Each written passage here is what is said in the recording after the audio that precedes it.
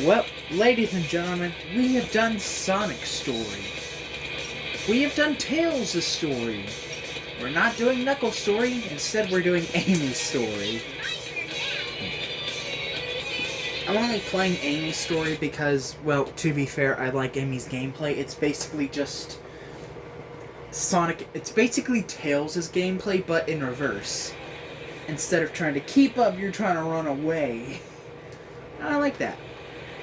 And then after this, I'm probably going to do Gamma's gameplay, where it is literally just, again, basically get to the end. And then after that, it's up in the air if I do Knuckles or Big's gameplay. I'll probably do Knuckles, then Big.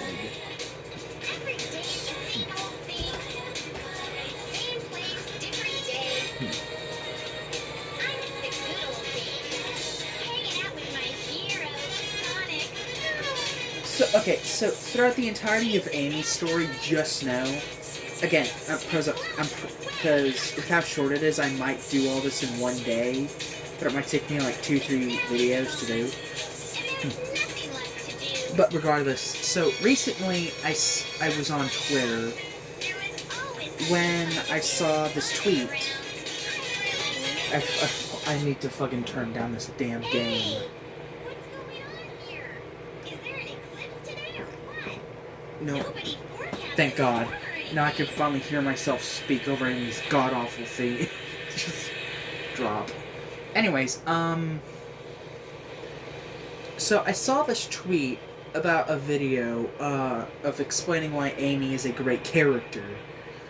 And number one, I just looked at and I was like, okay, finally, finally someone made a video not hating on Amy.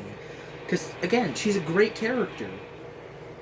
Again, character reasons, not other reasons, okay? But, still. The video was a tweet saying how it was a great video up until it got to the adventure era, and specifically was talking about heroes.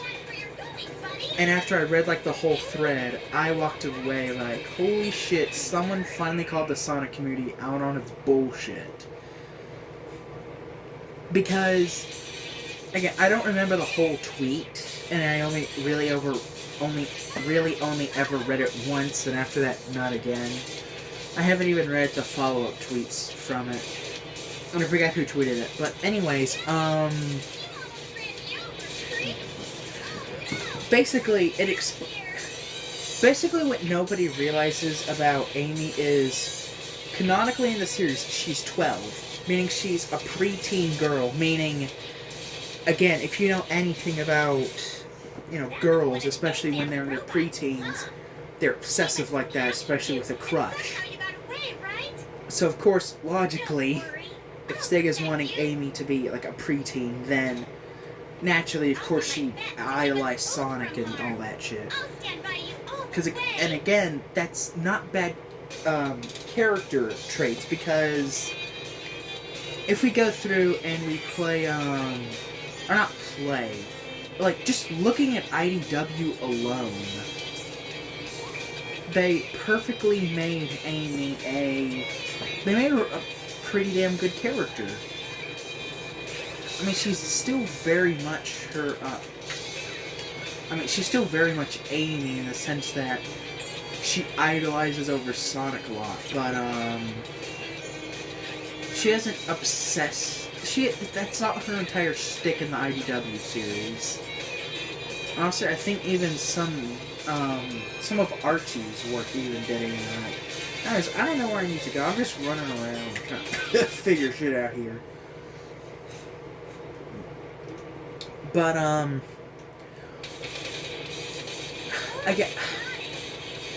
it's hard for me to piece together my words and my thoughts on Amy. I guess what I could do is, instead of trying to quote someone else and use their tweets as an example, I could just talk about my own opinions on Amy. Because, again, so Amy from the classic series, there's nothing to talk to her about. She was just there, basically. She really only ever showed up when Sega needed a playable character for a spin-off or something. She was pretty much the Wario and Waluigi of the Sonic series. Only, well, she was basically the Waluigi of the Sonic series for a good while there. Only ever appearing in spin-offs. Well, only being playable in spin-offs. And really only appearing in spin-offs, too. And so then when you know, 98 rolls around, Sonic Adventure's in development, and Amy gets the redesign with everyone else. And she's said to be a playable character within Sonic Adventure. And so, you know, that turns into a good thing, because for the first time in ever, just the first time in general, Amy's going to be an actual playable character for once. Which is, number one, huge on its own, and number two, just cool. Wait up, Sonic! Not fair! I can't run as fast as you!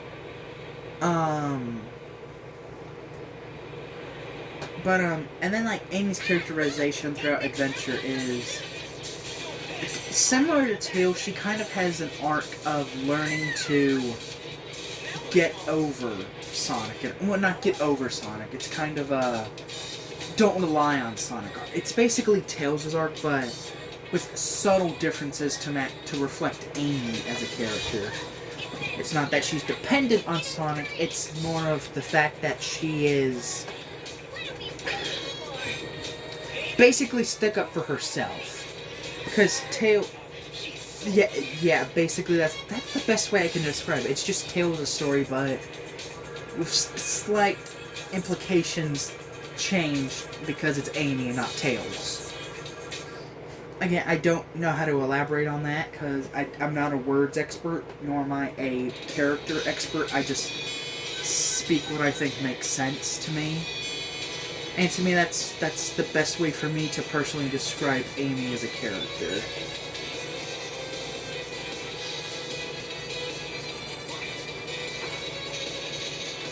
And, shit.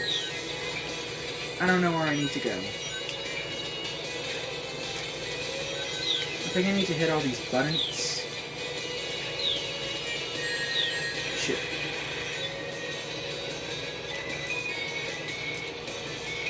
But, as far as,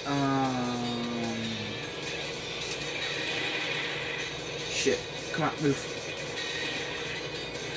But, what was I saying again before I got distracted again? Oh, yeah, again, Amy's art is basically just tells a story with very, few things changed as far as, like, character growth and realization.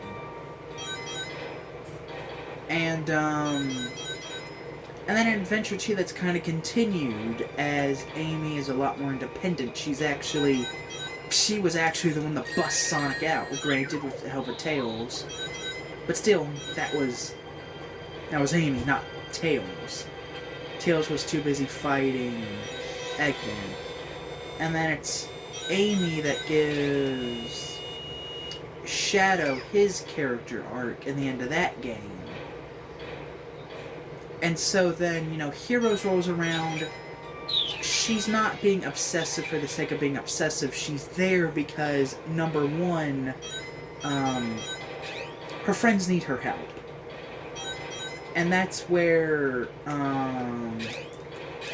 one thing I do like about Heroes goes is, they really showed off the parallels between Sonic and Amy.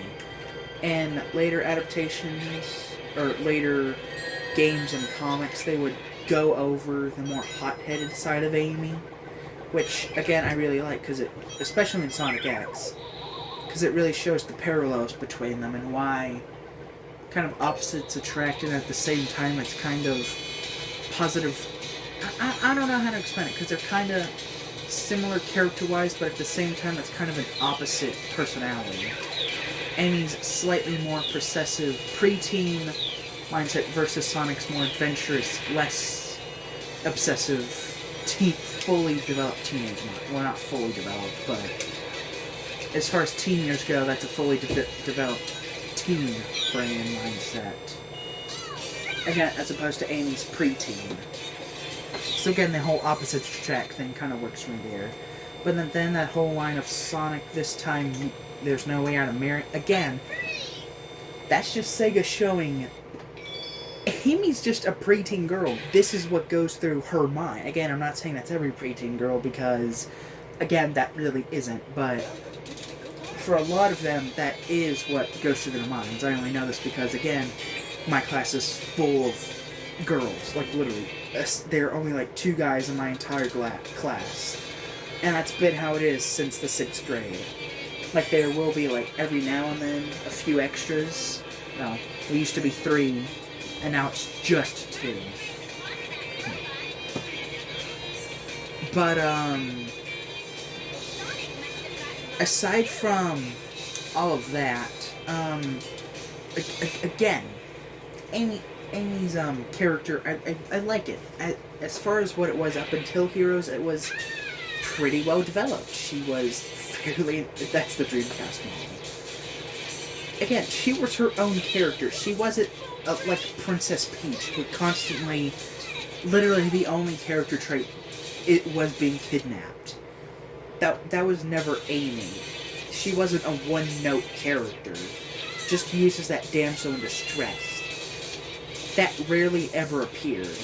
In fact, really, that only ever, if you think about it, that only happened in CD and Adventure. And that was before and even during her character arcs to be more independent. And I think, of course, Frontiers will be doing that, but that's a different story because, again, there might be a few other times I'm not thinking about, but that was probably because she got caught off guard.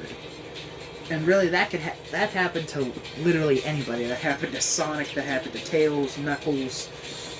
Again, you can be caught off guard and kidnapped times throughout games and other things. Then looking at Amy's, character in, like, Sonic 06 and everything after that, it's pretty consistent. She's her own character. She's not some one-note, flat, one-dimensional, just plot point, unlike Elise was in Sonic 06. Basically, what everyone says Amy is what Elise was. And then in Sonic Unleashed, she didn't get that much time to shine. Again, I say it's kind of stupid that she would confuse both Shadow and the Werehog for Sonic, although she was right with the Werehog. But still, you get my point there. That's the only thing that annoys me, and I understand from the entire fan base constantly being annoyed about. As far as appearances after that, again, there isn't really much you can say. I do kind of like how in Lost World, Amy was more of a... While Sonic and Tails chase after Eggman, Amy and Knuckles stay behind to look after the woodland creatures and maybe any other threats that might appear. Like, what if Metal Sonic randomly shows up while Sonic and Tails are gone? Well, who's going to protect the planet while they're gone? Well, Amy and Knuckles. And, again, I really like that. That may not have been intentional or not, but I like that. That shows, again, another side of Amy's character. And to me, from Lost World onwards, people always want to say in Forces in the IDW comics, they just took Archie character roles and handed them out to pre-existing characters within the continuity. No, because I feel like in Lost World specifically, that's where they started to show Amy more so Amy and less so Knuckles' kind of leadership characters. Sonic Boom is its own can of worms, and I'll probably talk about it. Yeah, I will talk about it. Again, well, actually, no, I'll talk about that some other time. I will say this, I feel like in Sonic Boom, the characters were meant to be older than the mainstream series was. Like, I feel like realistically, all the characters were like 20 or something. Maybe Knuckles was like a meathead 19-year-old, and Tails maybe like, I don't know, 18, 19-ish. Maybe Tails, I don't know. Just very clearly, Tails was the young one. Knuckles was probably was, again, beefcake.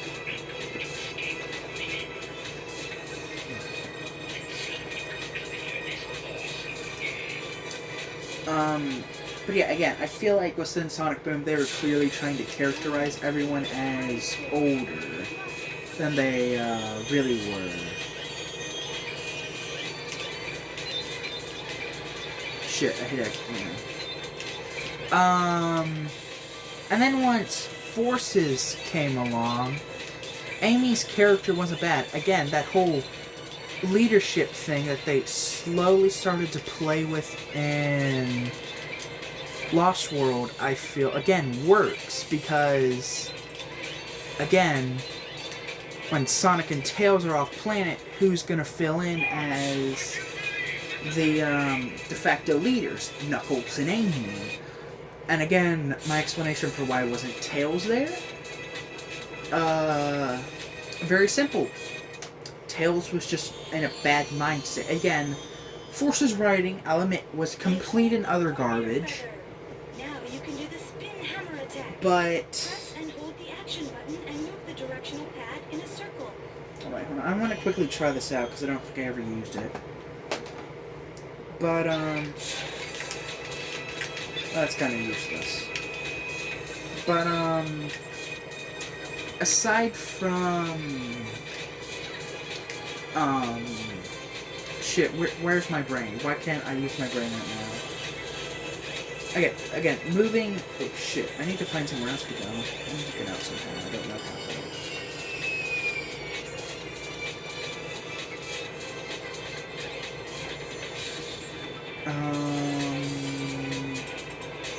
How am I supposed to get out?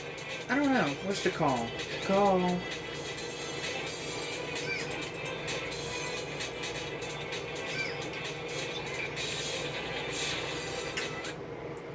Oh, Hot Shelter. Okay. It was that easy. I'll play Hot Shelter, and then I'll end off this episode. But so after, okay, I was at Forces.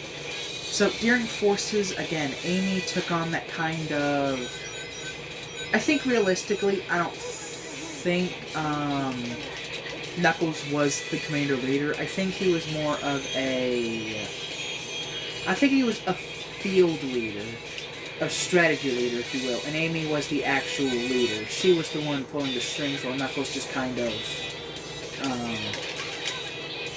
I think Knuckles basically just kind of stood around and looked pretty much of the time. While Amy handled much of the paperwork, Knuckles looked at, like, the strategies for everything. Again, the IDW kind of established Knuckles most likely was nowhere near the whole... Knuckles was definitely not the leader of the Resistance. That job was very clearly Amy. And I think that's even how it was in the games. It just, they kind of... Again, I don't know how it would, but I'm pretty sure Knuckles was only the leader in name. Amy was like the assistant leader, given some title like that. And she pretty much did everything. Knuckles was just the one that kind of gave the final word of...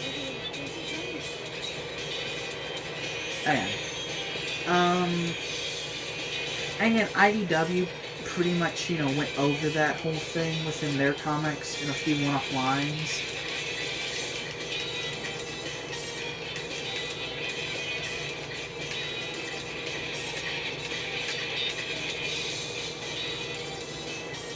But,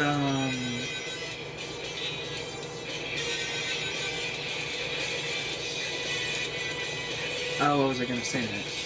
So, again, IDW's depiction of Amy, portrayal of Amy, was pretty much all of that. They treat her as a much more mature character, like, yeah, she's been around a while, because instead of obsessing over Sonic come with me or something, she kind of realizes, well, I mean, he's going to do him. There's nothing really she can do about that. She can't... I mean, if she changes him, then she kind of gives up what she loves, in a way. that's kind of Amy's thing throughout Forces. It's kind of like her little mini arc throughout Forces that IDW later shown to be the case, I guess you could say. And so I think it worked out like, I don't know. I like to personally think Sonic was like out on an adventure whenever. I don't know. Just in some way, I like to think in some small way, Amy kind of felt guilty for what happened to Sonic. Like, she, because again, like, it's if you don't know, like, there's this book that Sega has. It's called like the Sonic Bible. That basically is like everything that is canon to the Sonic universe. And part of it is that Sonic does in fact have feelings for Amy. He's just like jealous and shy to show them. Like he doesn't know how to express his feelings. And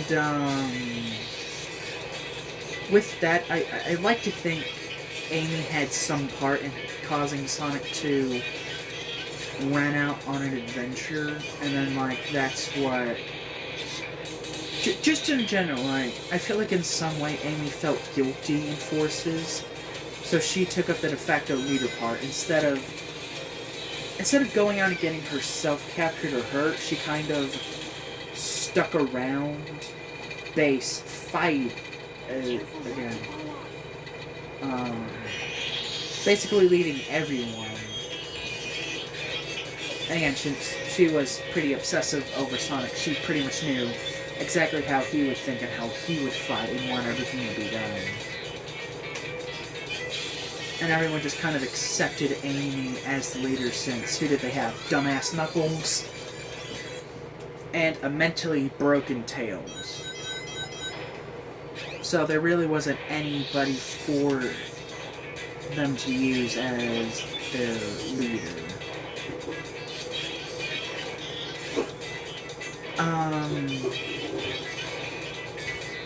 Again, if my mind was not torn between playing between the game, talking, and then actually... I'm trying to pay attention to the game, I'm trying to make logic of what I'm saying and trying to piece together what I want to say or what I'm trying to say and have it make sense without like leaving any holes in it for people to go, they're sexist, something like that. Or, again, I'm not trying to get any of that story, just my mind is very split right now, and my mind does not do well whenever just in general, just trying to talk, like, that's too much for my brain to handle because I am talking while also thinking about what I want to say, and even now, especially because I'm also having to, like, focus on a game. My brain is just everywhere, and I cannot make a cohesive thought for the life of me right now.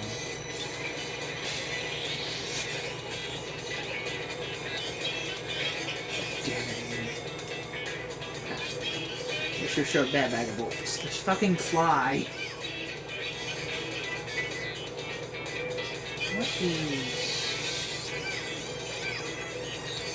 Oh, fuck's sake. Fuck the stairs.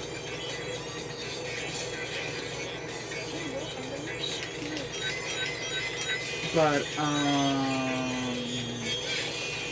again, after Forces, we don't really have anything. We do have, Amy's characterization in Team Sonic Racing. Again, I think Team Sonic Racing was a fantastic game. Maybe lacking in content a bit, but I think it, in general, was really good. And did all the characters that were in it very much justice.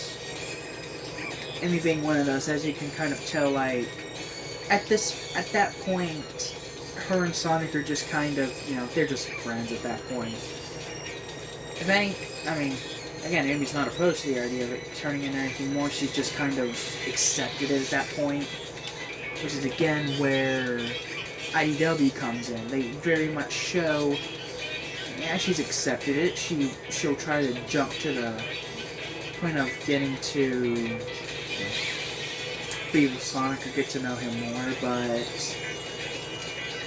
just in general, Sonic and Amy are in just very much that friend state. Basically, what I'm trying to say is, Amy at this point in the series has realized when Sonic's ready, he'll be ready. Until then, she's just got to wait on him, not her to force anything. And again, that shows major character growth, especially if you consider where she started in the series. Very much as just that annoying, stereotypical damsel in distress character. Literally made to be nothing more than another boring-ass, basic bitch Princess Peach. She straight up literally ended up turning into a Super Chad by the end of the series. Or, not by the end of the series, by present day, Amy's basically a Super Chad. Or a Giga Chad, I mean.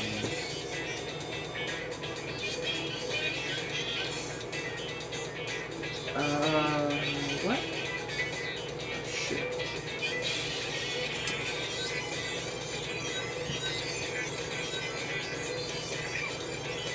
Now, as far as, what'll happen to Amy within, Frontiers, I have no idea.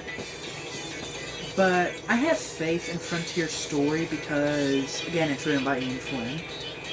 I have extreme faith in the gameplay, the cyberspace. Just in general, I think Frontiers is going to be a fantastic Sonic game.